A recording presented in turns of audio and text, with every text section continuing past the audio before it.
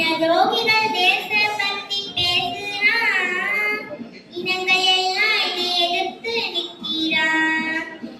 துரோகி தேச பக்தி பேசுறான், இனங்கள் எல்லாம் கண் சிவந்து நிற்கிறான்.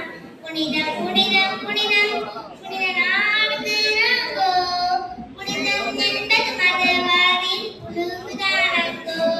மத மோதலால் மக்களையே சாகடிக்கிறான் பாவி. நாம் அறிவோம் இந்த செய்தி, இது எங்கிருந்து புனிதம் என்று கேட்கிறோம் அங்கோ. தீண்டாமை சாதி கொடுமை தீயெறியும் பாரு, மக்கள் வெந்து வழியும் நாளும் இந்துத்துவ